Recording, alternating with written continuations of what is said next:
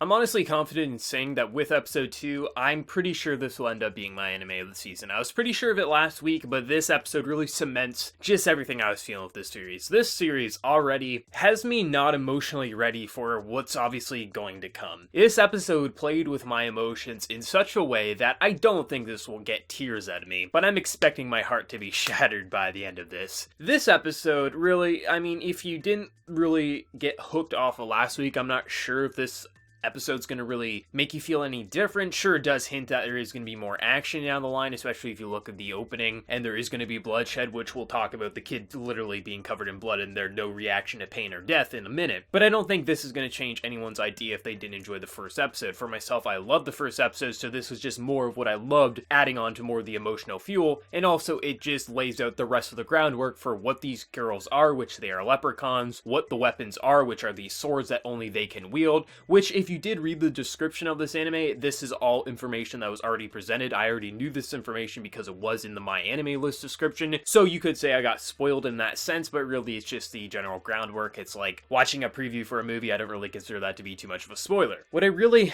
liked is our main character, Willem. I believe his name is Willem. Like last week really showed us that he was a guy who used to have a family. He's lost everything, and this is probably going to be like a group of people he considers to be his family, someone he gets connected to because they are these kids. And the way the episode kind of starts out, it's really sweet, it's really heartwarming. He's trying his best to get these kids to kind of open up to him because they're scared of him. Like, he's the last human. Like, how are these kids going to react, especially because they're children? So he does something sweet. He cooks them all like this like pastry or this like sweet dish, and they all start opening up to him. But in doing so, afterwards, he sees something with one of these kids that really shows you why these kids are the weapons. One of the kids tumbles off a ledge, and he's freaking out like, is this kid gonna be okay? And the other kids are looking as if like, it's like, why is this guy freaking out? He just fell off a ledge, it's no big deal. And when the kid looks at Willem, and their face is just soaked in blood, it was hard to watch. Like, to be honest, despite this being an anime, despite this being not a real child, that was pretty hard to look at in my opinion. And to see Willem just being like, why is this kid saying it's fine? Like,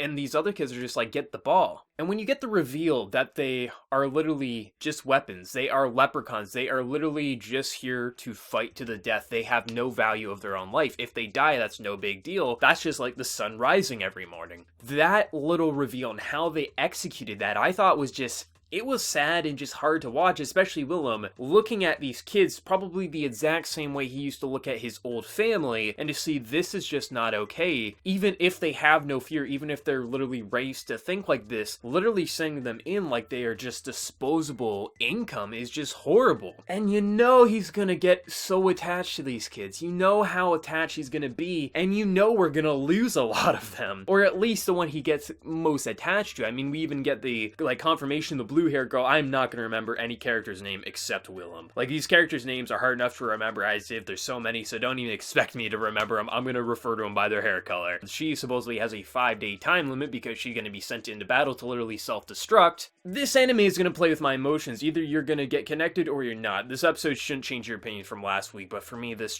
is doing exactly what Anohana did. It's telling you, like, right off the bat, the sad outcome, but it's building up to that, getting attached to the characters before you get to the sad outcome that makes it all the more sad. From the beautiful presentation of this. Like, the character models themselves didn't always look that polished, but just the vibrance and the color palette, to the music, to just some of the animation techniques, like when they're standing in the rain, how the sound effects of the rain falling down to also how it's animated was just super immersive and just is really like building the mood of what's happening here. And I think this was as near perfect of an episode as I would want with this series. There was a couple of moments throughout the episode I thought were weird, especially like the whole massage scene. I was like, come on, SukaSuka, you don't need that shit. But luckily, Willem didn't have any ill intentions towards that, but we knew what the animators were going for with that situation. But if we remove some of those, like this, the heartwarming aspects to just the actual emotional pull, I absolutely loved and I absolutely adored. Like, I'm just really happy that Willem is the character he is. He doesn't feel like this guy who's trying to flirt with all the girls. He's not this guy who's like seems to be a super badass. He seems like a family man who was sent into war and lost everything, and now he has a chance at a second family life,